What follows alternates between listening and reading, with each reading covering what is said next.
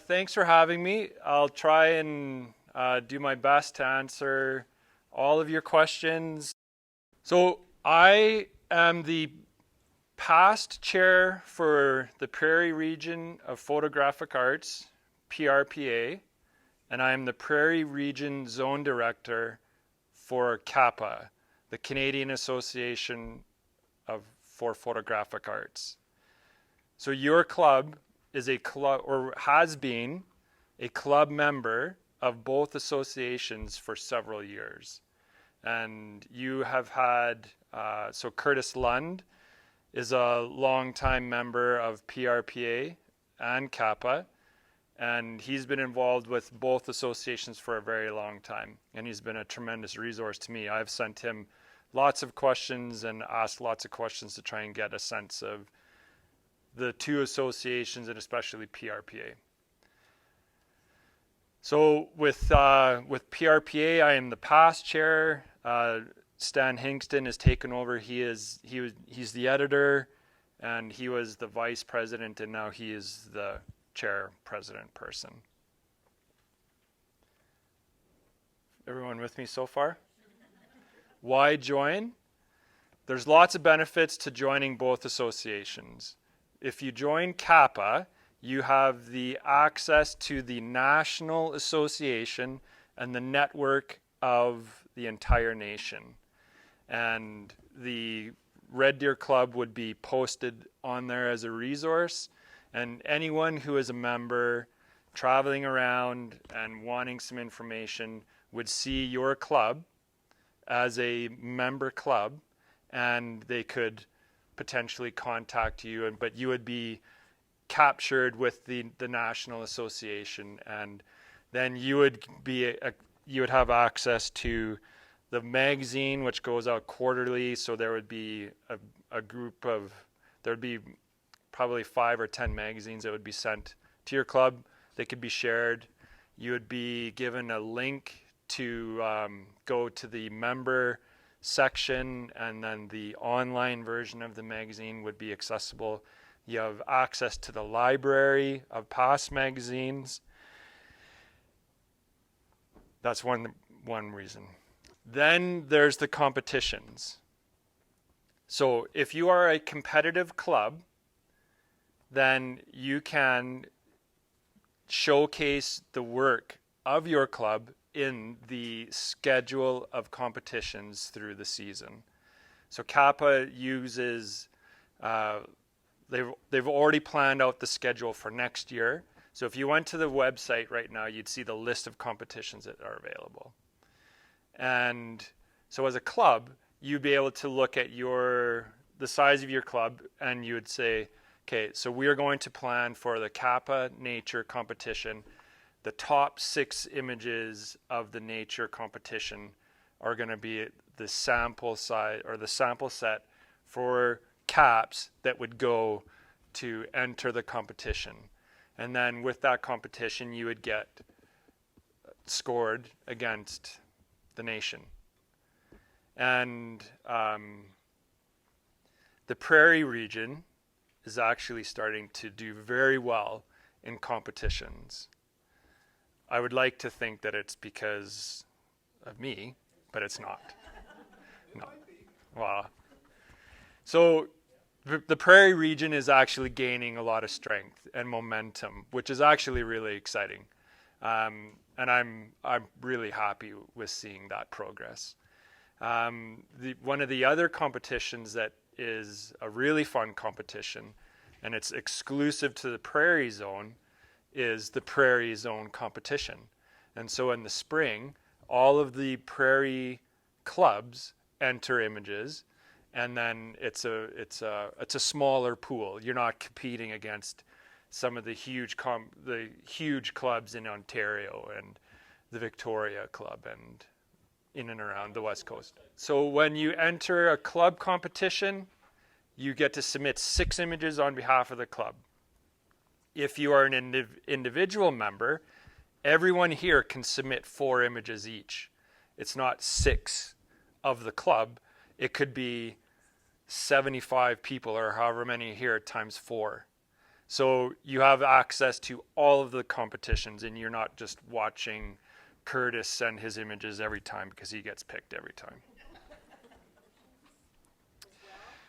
Okay, so there's the speaker series that CAPA has, and that's been a huge hit. So individual members have access to the speaker series. And so once a month, the CAPA executive has secured a somewhat famous or a popular photographer in the area. So one of the very first speakers we had was Bobby Scott. Does anyone know Bobby Scott? Yeah, fantastic shooter from Calgary, and he specializes in abandonment. So this actually is an image from one of his tours.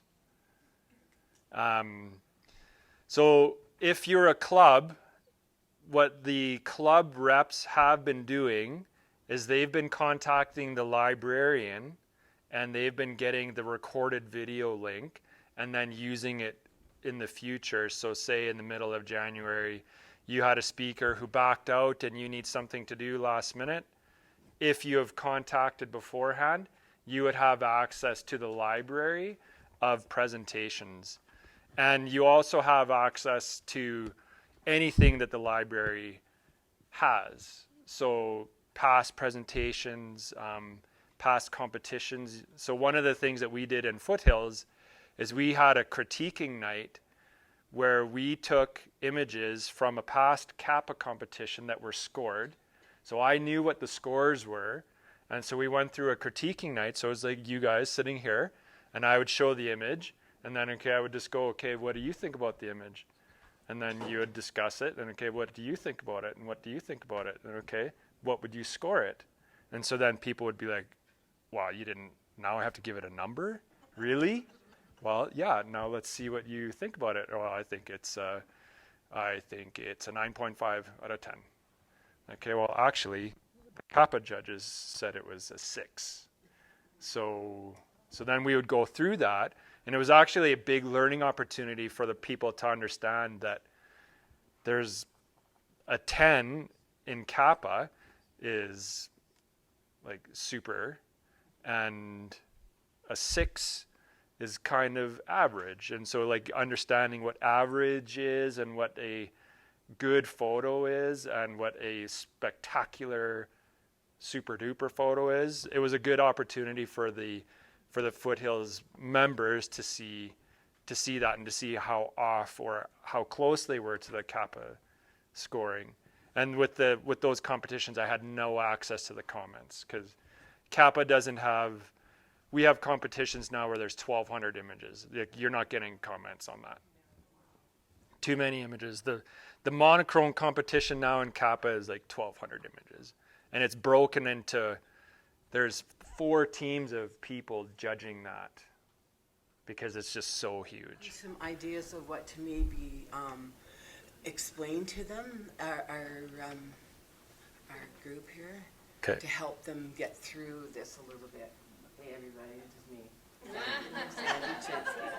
So, in competitions, for one, we're looking for somebody to take on the position. Rob, are you needing a job? No, I know you're not. No, we're looking for somebody to help, and no one has actually stepped up for a little while.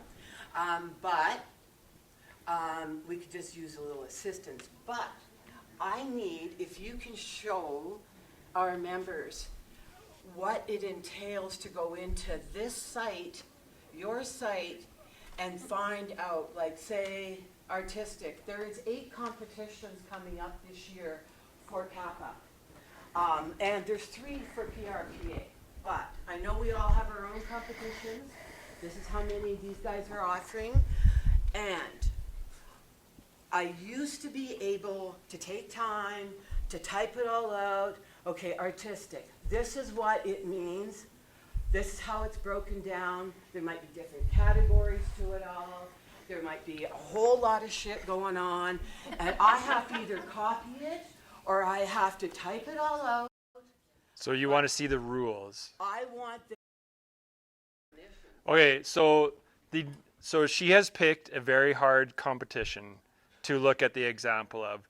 Creative is really hard. So if you are a creative photographer and you are into abstracts, you're into composites, you're into minimalism, you're into fine art, you're into some very specialized areas of photography, you need to understand everything that is happening in here so that your images meet the criteria.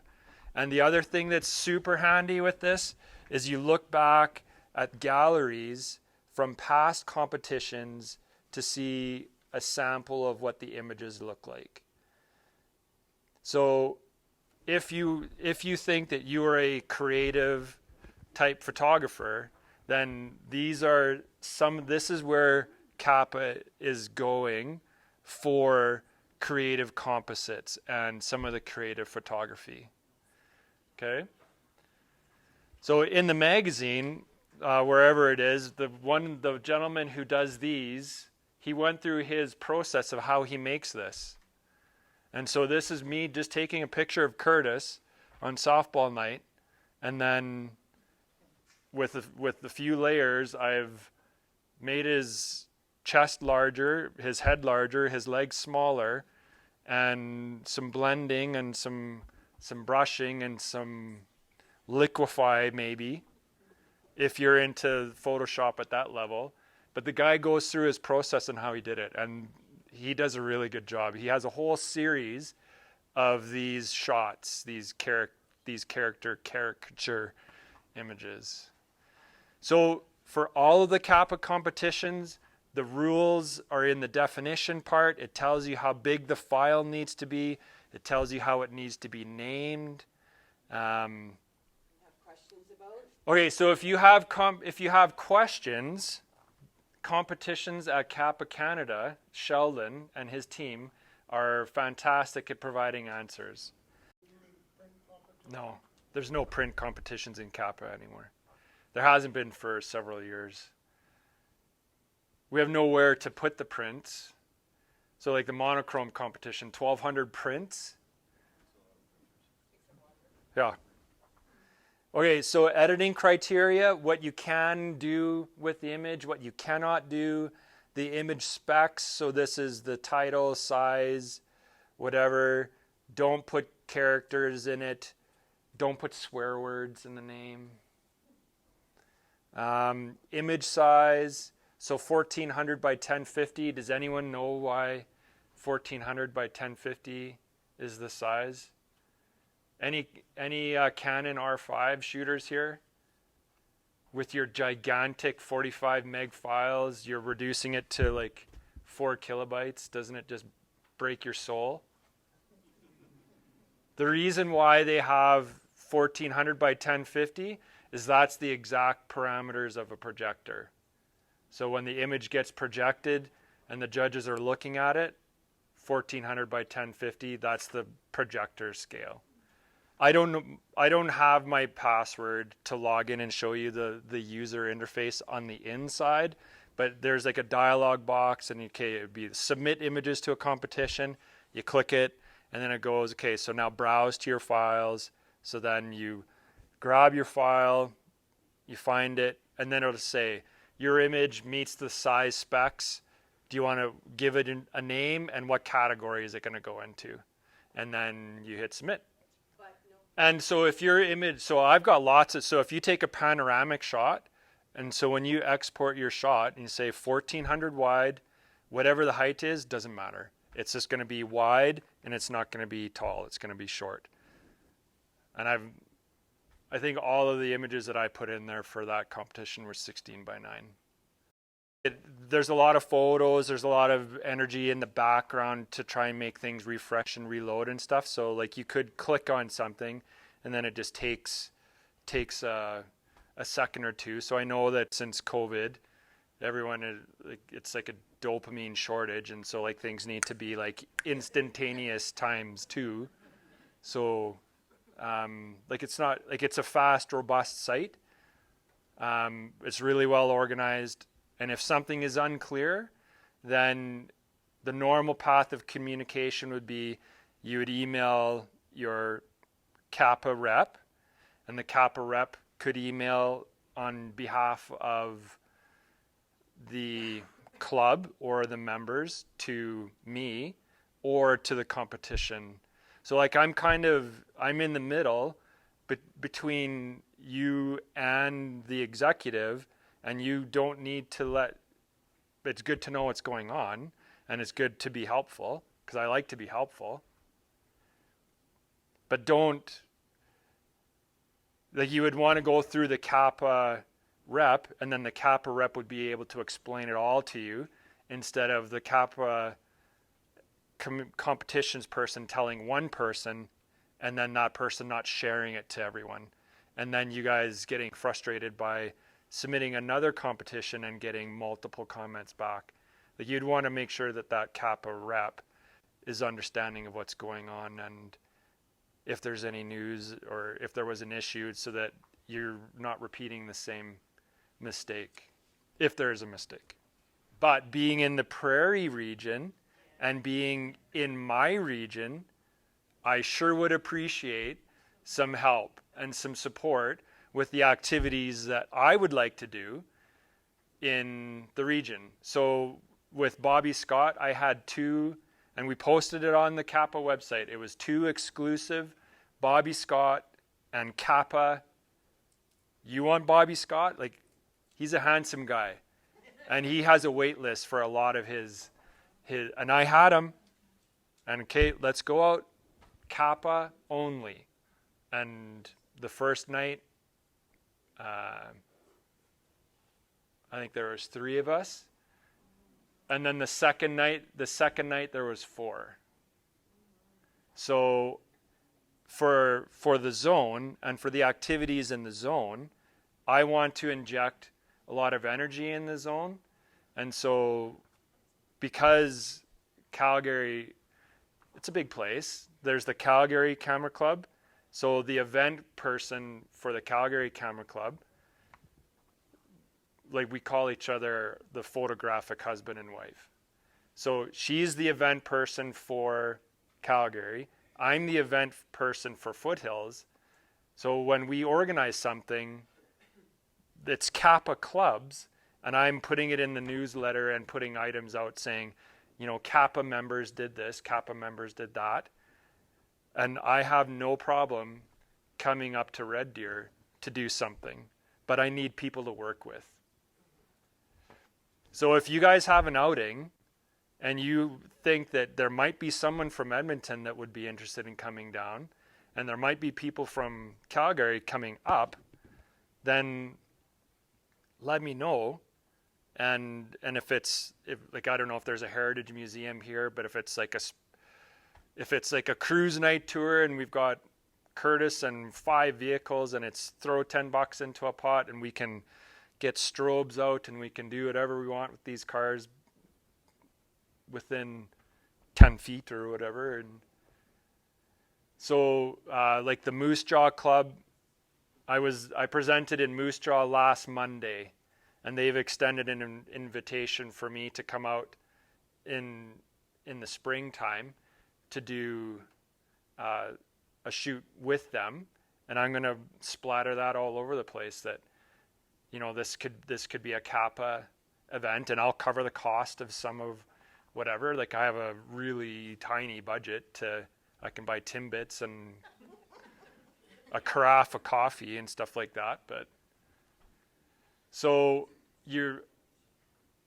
I would say that there would be an expectation that if an outside club or another club contacted you and said, we see that you're listed in the CAPA, we want to do something with you and whatever, that you would be open to those types of opportunities.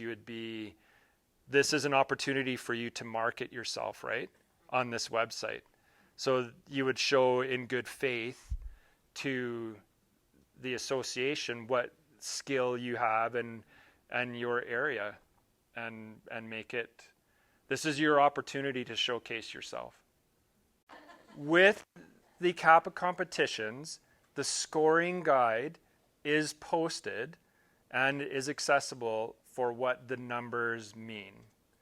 And so if you are submitting images routinely, it's like you're playing golf.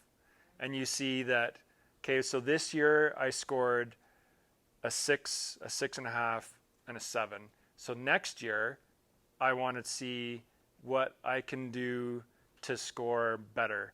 And if you scored, so in your images, if you scored a 7 or higher on an image, so that would be 21 out of 30, you have some strong images.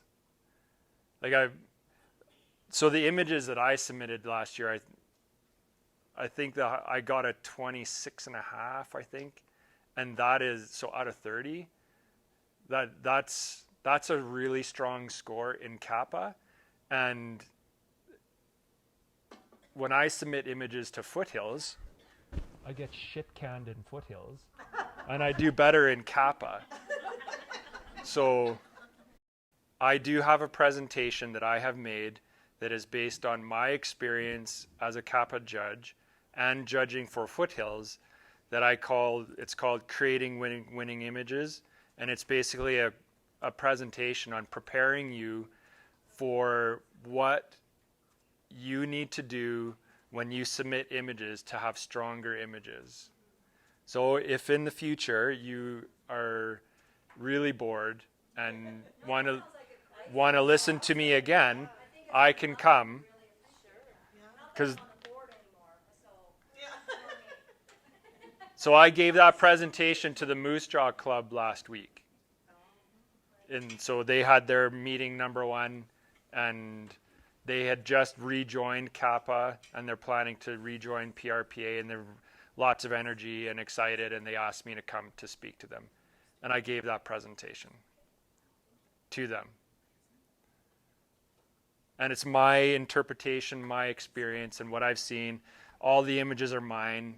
And it's a totally interactive presentation. We put my images up and you guys rip them and tell me that my horizon's crooked and whatever else. And it's to learn the language of judging and critiquing, so that when you take your shot, you can look at your image and say, do I have good balance here? Do I have a good strong composition? Am I using leading lines? And you know what those terms mean to a point. What that presentation sets you up for too is further down the road, if there is a lot of interest, the CAPA judging course is something that we can discuss. And the CAPA judging course, for me, fundamentally changed my photography. I didn't know if I wanted to necessarily be a judge, but I wanted to know what the judges were looking at when they were scoring images, because I wanted to have better images. I wanted to improve the quality of my images. So I took the CAPA judging course, and it completely was the fundamental change in how I shoot. Okay, PRPA time. Okay, so the PRPA is a smaller association that is serving some clubs in Alberta, clubs in Saskatchewan, and it is a completely different pace than CAPA. CAPA can be pretty intense with the size and the groups that you're competing against. PRPA is a much smaller group with Rosetown. Like I don't know if you guys are familiar with Saskatchewan. So there's a group in Rosetown. Saskatoon is probably the largest, most active club. Foothills is a large club, but not super active. CAPS is a long serving member, not so active. Swift Current, there's a small group of ladies that are, well, there's a couple guys there. It's a small group. They've got some really good wildlife shooters there. They've got a guy who is from South Africa, and he takes them out on excursions in and around the area, and he knows a lot about animal behavior, and he's a really good shooter. I have some business cards here too. So the history of the PRPA is, I saw it just before I came. So CAPA and PRPA essentially started very close in proximity with each other. And there's a few stories about how it all started. And there was people from the West that were not very happy that they were going to be told what to do by some photographers in Toronto. Shocking. So they created the Prairie Region of Photographic Arts. And that's how the PRPA started. So it was all in the West. And then after a year or two, then NAPA was formed. And that North American Photo National Association, and then NAPA turned into CAPA. So the whole kind of spirit of associations and representing the community of photographers started with the PRPA. That's a bit of history lesson. Okay, so why would you want to join PRPA? PRPA is cheaper, and so if you have 75 members, it's $75. So it's $1 per member. You have access to all of the competitions as a club. So there's the Hand of Man. All right, I've got the Everest, Hand of Man. And Jerry Fish. So those are the club competitions. And then as an individual member, you can enter, there's 17 competitions in the year, or there was 17. I think they're looking at scaling it back. And if you're an individual member, it's $25 for the year. And you can vote at the AGM with your membership. You can take part in the executive activities. They have a yearly outing that travels around, before COVID. So there would be an outing, and it would be in different locations. And so the Friday night would be a guest speaker come in. The Saturday would be the AGM. No, Friday night is the AGM before the guest speaker. Then the Saturday would be an outing. And then the host club would then take the group of people that have come. So say your club is hosting the outing, and we're going to go to Bower Ponds. So just before the meeting, I went over there with my infrared camera and was taking photos. So I would try to maximize my time, and I had like 8 minutes to get some shots. So the competitions are small. The competitions have similar topics. The editing requirements are somewhat different. So you go to the website, the rules are there. There's a handbook of rules. The file size is different. You can have larger file size. It's 1920 by 1200. It's a smaller group of competitors. So like there might be, so say you guys entered the club. Well, the club ones are usually pretty strong, but some of the individual ones, so like say the 6 of you over there at the first table entered the Gail Christensen competition, and no one else entered it. It's a battle out of the 6 of you. Like it's a really small group. You're not dealing with 1,200 images in the monochrome competition. You're dealing with maybe a dozen, or maybe like the Hand of Man is usually quite popular. In 2019, I think 2019, Foothills Clean Sweep. So it's kind of competitive with the clubs, but it's in a much smaller way. And with as busy as CAPA is, PRPA needs support as well. We're short on volunteers. There's people there that have been involved for a very long time, and they're running out of energy. But just like everything, volunteers don't grow on trees, and PRPA could use some support. Well, you have to read the rules, and so Hand of Man. So Hand of Man, I could enter an image of the bridge that crosses Bower Ponds. Bower? Yeah. So I could. So I think I got second or first the one year, and it was a shot of the Peace Bridge.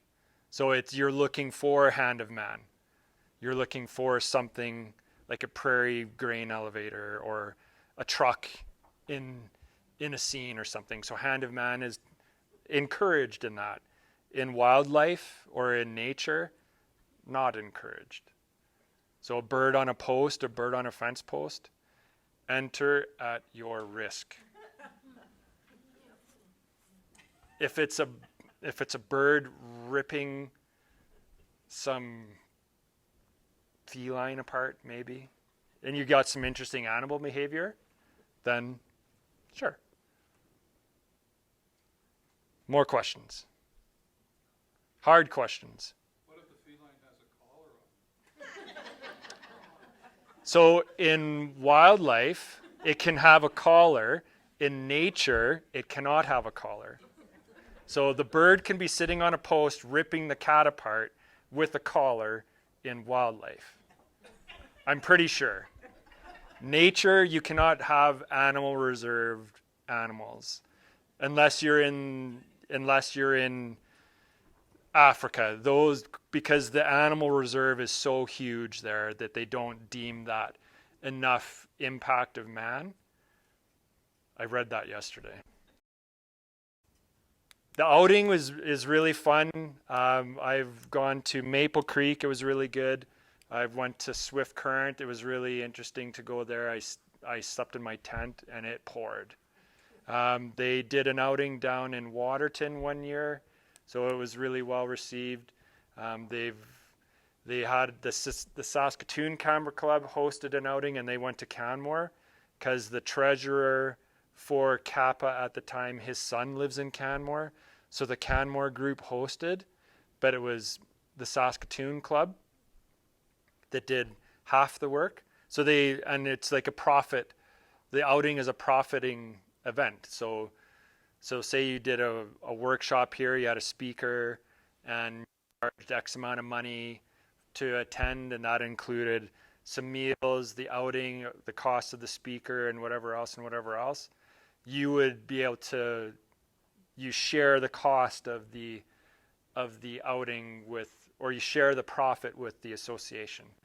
So Foothills, the camera conference in 2019, did anyone go to the CAPA conference? So the national conference was hosted by the Foothills Club in 2019. And it was a fantastic event, and Foothills did really well with that financially. And it was because of the outings that they hosted, and they took photographers out everywhere. It was small groups of 5 and 10 and whatever, and they took them on 1-day trips, 3-day trips. I think there was a group that did a tour of the Badlands, and it was like 5 days, and they went almost like writing on stone, I think, and through brooks all the way up past Horseshoe Canyon, and it was quite the tour.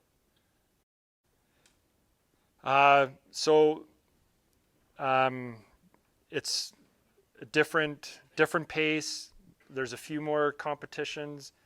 The opportunity to do well in competitions, I would say, is stronger in PRPA, just because you're dealing with a smaller group of makers. The website it's a good website, prpaphoto.ca, I think. And then there's galleries there, and the galleries there show all of the images. It doesn't show just the competition winners and medals or images that did well. They show all of them that were entered. So if you want to see what someone did, or actually what's really good is that you could see, did I enter this image before? And then, oh crap, I did. So it's good to have access to that library. So CAPA does have an education piece so we have the speaker series and we also have the judging course. So the judging course is a 1-day course that is, how it works is a club comes to me and says, we want to provide this to our club. Then I talk with the membership team and the marketing team at CAPA. A website goes up, a web link, and there's a coupon code that goes to the club. So the club gets a discount opportunity to attend the course at a discounted rate. Non-club members, so say there's someone outside of Red Deer that's not part of your club, they want to take the club, or they want to take the judging course, or Foothills members come up, they have to pay the full price. It's discounted to your members. We would look to have 20 people at a minimum in the day.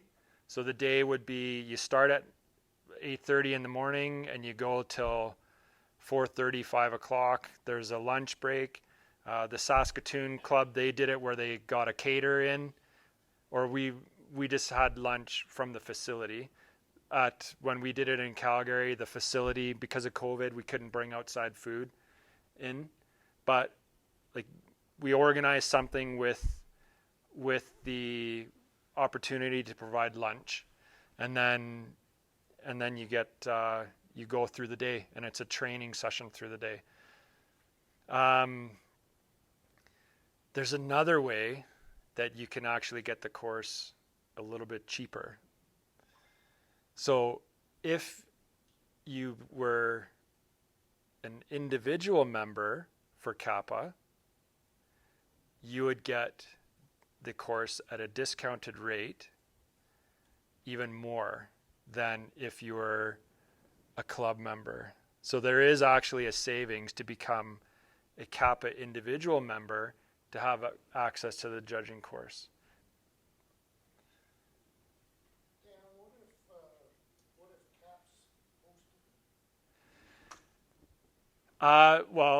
So basically, if it was something that was of interest, then we would look. So I would look at the club to find a facility and secure the location and figure out the details of where it's going to be and the logistics of parking and some of that kind of detail. And then I would be working on the other end, working with the team, getting the coupon code set up and getting the website and getting it into the newsletter that a Prairie judging course is going to go, and it's going to be hosted in Red Deer. And then, so people that are in Edmonton, they would come to Red Deer. They didn't come to Calgary. If you are so I was a CAPA trained judge, and so I had taken the judging course, and I told them that I would be interested in doing some judging in the future or whatever. So my name was on a list, CAPA trained. Then I became the zone director, and then I actually helped teach the course. So then my progression to go through was a different path. But if you were to become CAPA trained, then you had to have the opportunity to work with your competitions person in your club, and you would want to create a database of information on these are the competitions that I judged, and this is how many times I judged, and then the competition coordinator I'm just for you an example, like you would, if you're giving comments, then you would have a record that this is what this person said on this image, or these are the types of comments that this person says, and so then we could ask for that information and see, what kind of skill set does this person have. You don't need to take the CAPA judging course to become a judge. If you have zero interest in judging, you will have a full day of analyzing photos and learning how to critique photos and having a better understanding of what judges look at when they look at images and when they use the language of critiquing. You get to practice that. And for me, that was the biggest change I made in my photography, was taking that course and then understanding. It totally changed how I shot things. When I put the camera down and set up, it was a totally different experience. And because I knew it wasn't like I had good shoulder, bad shoulder angles talking, but it was like I was going through like a mental checklist. Do I have a good composition? Is there something that's sticking in from the outside that I don't like? Yes, there's a big branch. Okay, can I remove that branch by changing my position? Yes. Okay, so now when I get my image back, I'm not going to hear composition was okay, but there's a giant pokey on the right-hand side. So it just helped me create a workflow that I knew that when I was setting my images up, I had some things that I was crossing off the list that I didn't have to worry about. Like when I was processing, does the sky have center spots in it? No, I've checked that. Stuff like that. So the judging course is a fun day, and it's an intense day. It's an engaging day. We would look at portraits, a lot of the genres that are in that book that I passed around that I do need to get back wherever it got to. We don't look at every genre, but you get some insight on what people are looking at when they're scoring images. And you do have to give it a score. And then you can see, okay, my score was really harsh on this, and I need to look at things a little bit differently, or I'm like Santa Claus, I'm just giving everyone 10. And you don't want that either, because not every image is a 10. This system here is what's kind of emphasized by CAPA, and it's called the TOE system. It's just a cheesy acronym. But phrases to reward and encourage. And then it has another page here, phrases to avoid instead of considering, and then some vocabulary terms. So yesterday I judged for the Langley Camera Club, and they use a software system. And I have this out on my desk as I'm judging. And I'm looking at something and, okay, this is what I see. How should I say that better? All right, so it needs a red canoe. What I'm going to type is the subject is not clear. Or it's gimmicky and pretentious. I could think that. But I could say technique may be more appropriate to a different subject or whatever. So it's just a different language, right? And you're not hurting someone's feelings, because we need to be coddled and. Okay, so say no one in the club is certified with CAPA. The club doesn't. There's nothing. You guys. I just said I'm coming and I'm hosting the course here, and you guys can attend, and you have to pay $175.